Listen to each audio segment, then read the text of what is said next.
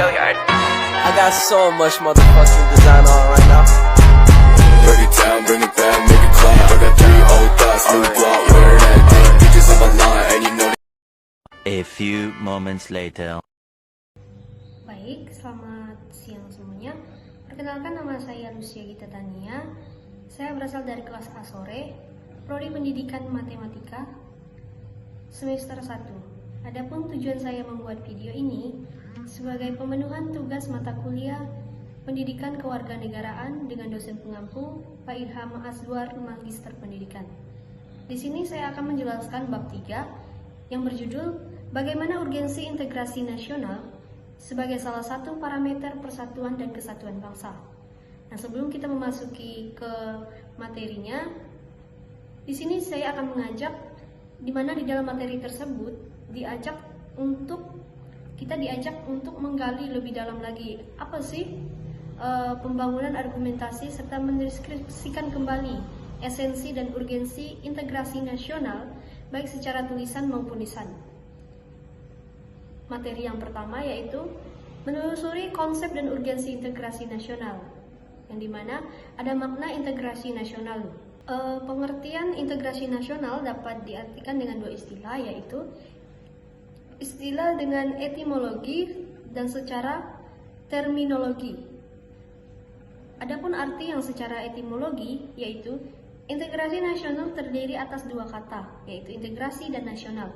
Sedangkan pengertian secara terminologi dapat diartikan penggunaan kata sebagai suatu istilah yang telah dihubungkan dengan konteks tertentu.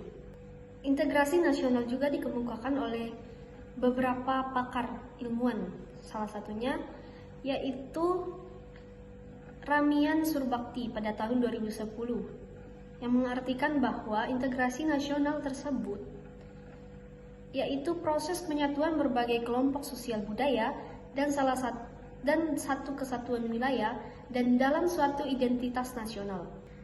Integrasi nasional dibagi menjadi beberapa jenis, yaitu ada 5 jenis. Yang pertama, integrasi bangsa. Yang kedua, integrasi wilayah. Yang ketiga, integrasi nilai. Yang keempat, integrasi elit dan massa.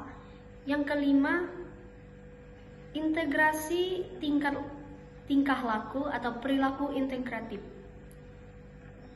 Di dalam integrasi nasional juga ada pengembangan integrasi di Indonesia yang dapat meningkatkan integrasi nasional yang ada di dalam negeri.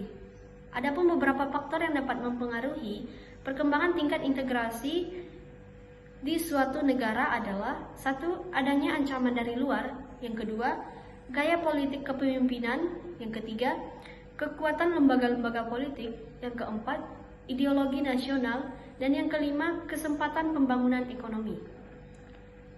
Sedangkan untuk model integrasi nasional sendiri, model integrasi Imperium Majapahit, model integrasi pertama ini bersifat kemaharajaan atau imperium, yang dimana struktur kemaharajaan yang begitu luas ini berstruktur konsentris, dimulai dengan konsentris pertama yaitu yang diperintah langsung oleh raja dan saudara-saudaranya. Konsentris kedua adalah wilayah di luar Jawa, mancanegara dan pesisiran, yang merupakan kerajaan-kerajaan otonom. Yang kedua, model integrasi kolonial. Model integrasi kolonial ini tidak mampu menyatukan segenap keragaman bangsa Indonesia, tetapi hanya untuk maksud menciptakan kesetiaan tunggal pada penguasa kolonial. Yang ketiga, model integrasi nasional. Model integrasi nasional Indonesia ini diawali dengan tumbuhnya kesadaran berbagai, khususnya pada diri orang-orang Indonesia yang mengalami proses pendidikan sebagai dampak dari politik etis pemerintahan kolonial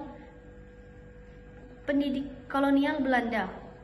Mereka mendirikan organisasi-organisasi pergerakan, baik yang bersifat keagamaan, kepemudaan, kedaerahan, politik, ekonomi, perdagangan, dan kelompok perempuan.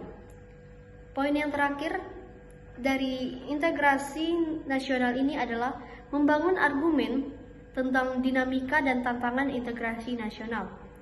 Adapun tantangannya yang dihadapi dalam perkembangan Indonesia, integrasi nasional yaitu dalam upaya mewujudkan integrasi nasional Indonesia. Tantangannya yang dihadapi dari dimensi horizontal dan vertikal. Dalam dimensi horizontal, tantangan yang ada berkenaan dengan pembelaan horizontal yang berakar pada perbedaan suku, agama, ras, dan geografis.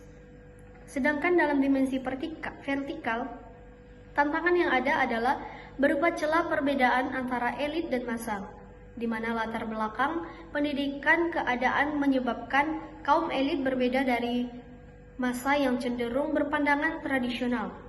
Masalah yang berkembang dengan dimensi vertikal lebih sering muncul ke permukaan setelah berbaur dengan dimensi horizontal, sehingga hal ini memberikan kesan bahwa dalam kasus Indonesia dimensi horizontal lebih menonjol daripada dimensi vertikal. Baik, sekian penjelasan saya tentang bab 3. Kurang dan lebihnya mohon maaf. Sekian dan terima kasih. Selamat siang.